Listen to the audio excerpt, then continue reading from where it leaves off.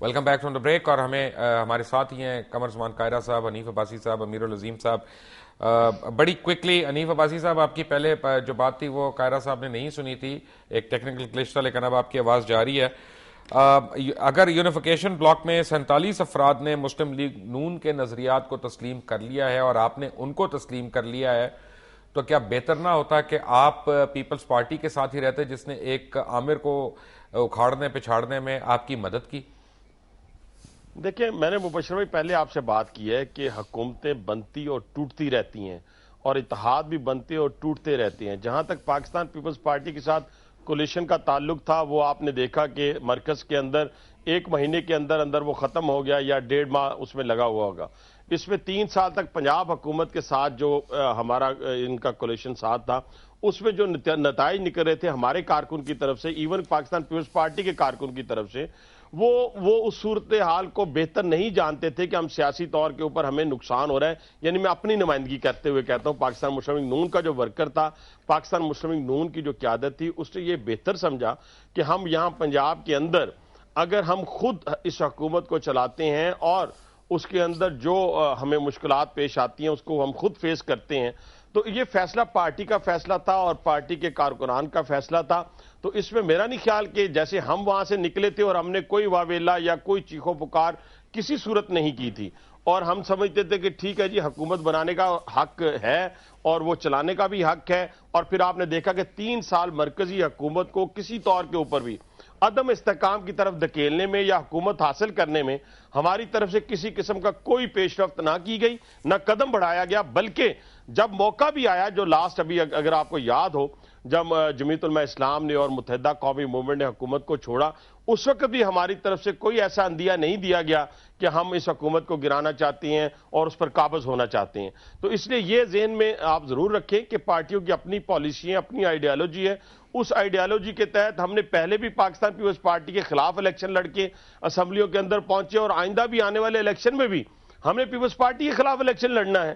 تو یہ اس لیے یہ جمہوری قوتیں آپس میں نبر ازما بھی ہوں گی الیکشن کے میدان کے اندر, اور ایک دوسرے کے ساتھ جو ہے وہ تھوڑی بہت تلخی بھی پیدا ہوگی, لیکن آخرکار ہماری منزل ایک ہے, اس پاکستان کو بہتر کرنا, اس کی معاشی صورتحال کو بہتر کرنا, اس کی سرحدوں کی حفاظت کرنا, اس کی سالمیت پر کسی قسم کی آنچ نہ آنے دینا. ان چیزوں کے اوپر ہماری مشترکہ رائے ہونی چاہیے اور مشترکہ ہماری پالیسی ہونی چاہیے. امیر العظیم صاحب, ابھی مولانا فضل الرحمان صاحب کا ذکر ہوا, ایک تاثر یہ پایا جا رہا ہے کہ دینی جماعتوں کو کہیں سے اشارہ ملا ہے کہ مل کے حکومت کے خلاف الائنس فارم کرو تو ہم تمہارے ساتھ ہیں.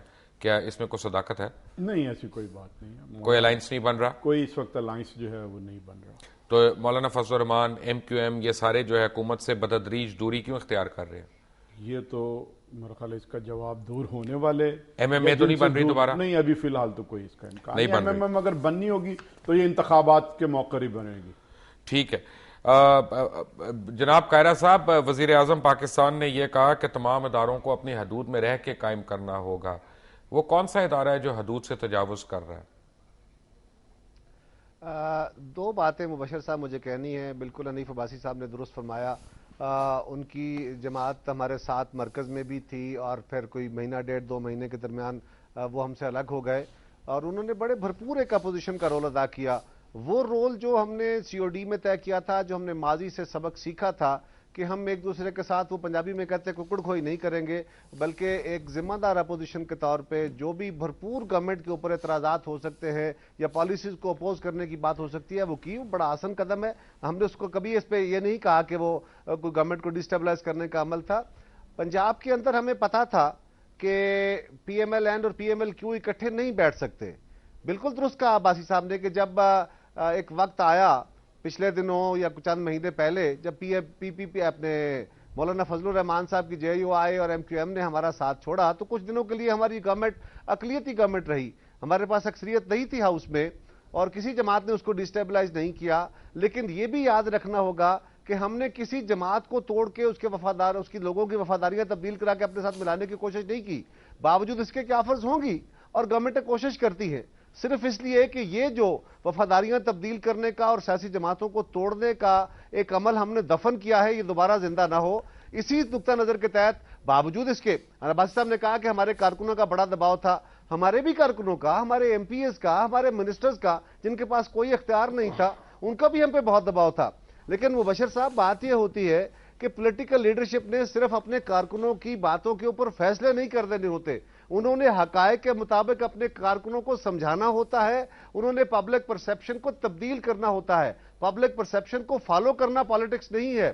اگر پبلک پرسیپشن غلط بن گیا ہے تو اس کو درست کرنا زیادہ بہتر پالیٹکس ہے. اور ہم نے یہی کوشش کی پنجاب کے اندر کہ کوئی ایسی انسٹیبلٹی نہ ہو، باوجود اس کے کہ ہمارے ساتھی دوست بھائی ہیں سارے، یہ ہمیں تانے بھی دیتے رہے، کہتے بھی رہے جی پیپلز پارٹی نکلتی کیوں نہیں پنجاب سے.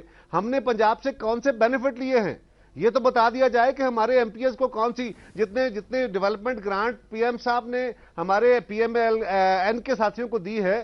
کیا پنجاب کے اندر پیپلز پارٹی کے ایم پی ایس کے ساتھ وہ سلوک ہوا؟ آنسر از نو. اس کے باوجود ہم ساتھ چلتے رہے. بڑی اچھی بات ہے، لیکن ایک بڑی معصومانہ سی درخواست ہے میری قاہرہ صاحب کہ میرے سوال کا جواب تو ذرا دے دیں کہ وزیر اعظم نے جن اداروں کی نشاندہی کی ہے وہ کون سے ادارے ہیں؟ میں اب اسی پہ آنے لگا تھا. دیکھیے اس وقت مبشر صاحب ملک کے اندر ایک نیا سیٹ اپ ہوا ہے. ہم ایک جمہوری عمل کی طرف آئے ہیں. عدالتی بحران تھا، ایک بہت بڑا اداروں کے درمیان تصادم تھا، پولیٹیکل، ہمارا اسٹریٹجیکل یا ملٹری کے ادارے اور ہمارے عدلیہ کے درمیان.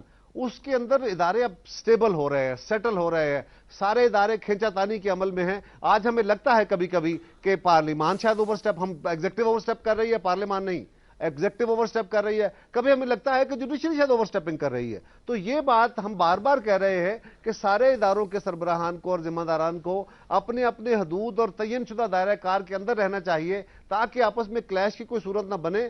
ہاں، سٹیبلٹی کے اور سیٹلمنٹ کے اس دور میں تھوڑا بہت کھینچا تانی کھچاؤ رہے گا.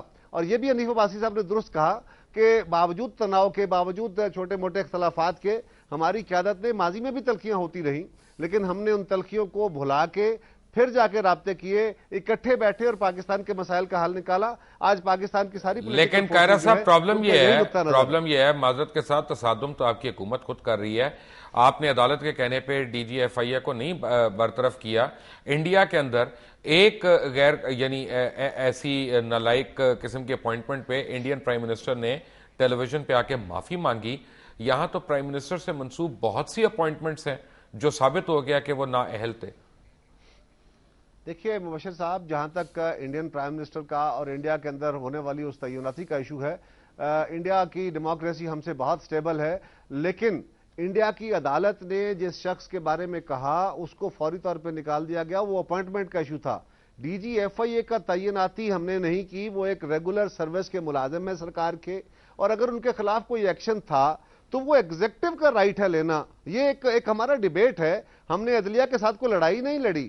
ہم نے عدلیہ کے ساتھ جا کے ہمبل ریکویسٹ کی ہے کہ ان کے ذمہ کچھ اہم اسائنمنٹس ہیں اور جہاں جہاں آپ کے تحفظات تھے وہ اسائنمنٹس ان سے واپس لے لی گئی ہیں. اب خود پاکستان کا قانون اگر سرکاری ملازموں کو تحفظ دیتا ہے ان کی سرکاری ملازمت کے ٹینیور پورا ہونے میں، تو یقیناً اس میں عدلیہ کو بھی ساتھ دینا چاہیے، ایگزیکٹو کو بھی اس کو دیکھ کے چلنا چاہیے.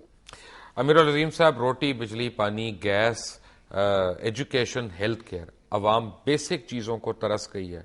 کیا آپ ایم کیو ایم اور تحریک انصاف یعنی ان کے ملے جلے بیان آ رہے ہیں انقلاب سے وابستہ، آپ ان سے ایگری کرتے ہیں کہ انقلاب آئے گا اس کے نتیجے میں؟ انقلاب آنا تو چاہیے کیونکہ حالات تو اس طرح سے ٹھیک نہیں ہوں گے. بڑی کاسمیٹک چینجز ہمارے ہاں اس وقت چل رہی ہیں. الیکشن بھی ہوئے ہیں، لوگوں نے دیکھ بھی لیا، اور پھر اس کے بعد دونوں پارٹیاں نے مل کر بھی حکومت کرنے کی